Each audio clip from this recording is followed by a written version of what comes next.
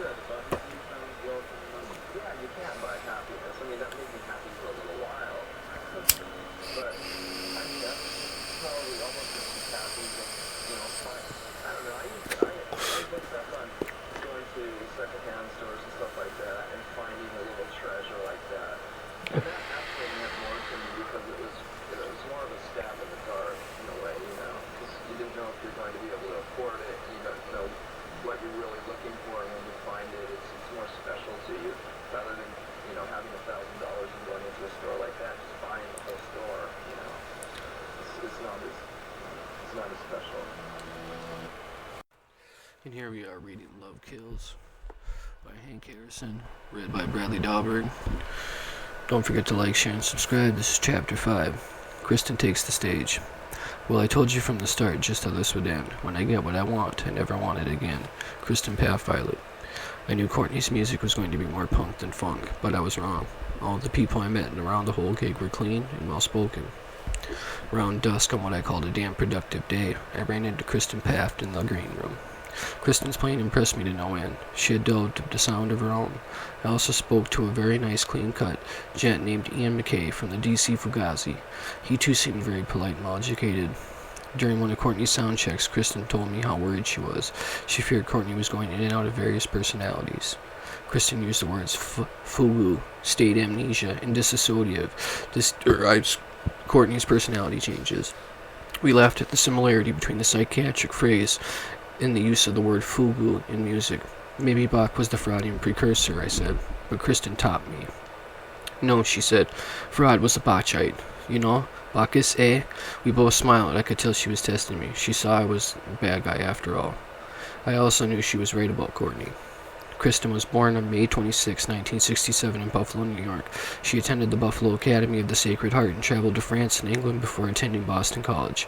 In her first year, she won a music scholarship and she transferred to the University of Minnesota where she studied classical piano and taught herself to play the bass while living in Dinkytown in the Twin Cities.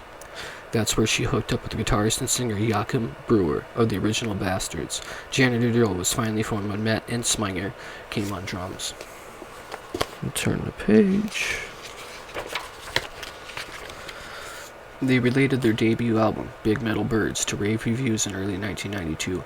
After a few singles released on the OXO label, the Minneapolis sound, like Seattle's grunge, dealt with the sonorous riffs played against a perpetually groaning bass line, punctuated with the most orgastic drum beat, perfect for a trio.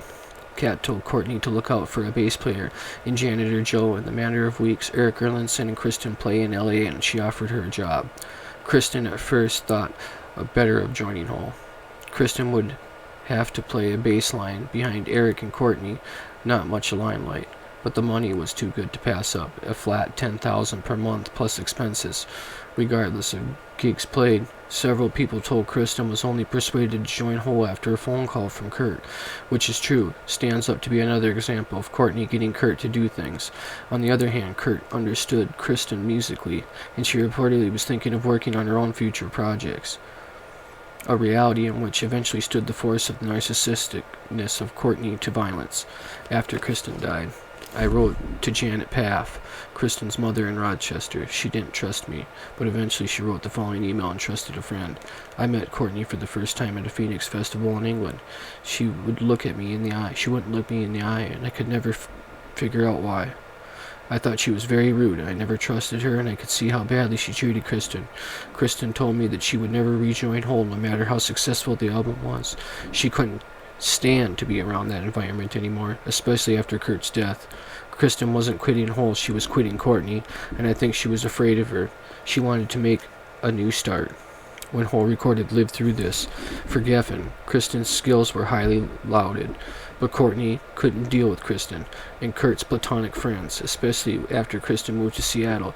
It didn't take Kristen long to see her name on Courtney's juvenile hate list.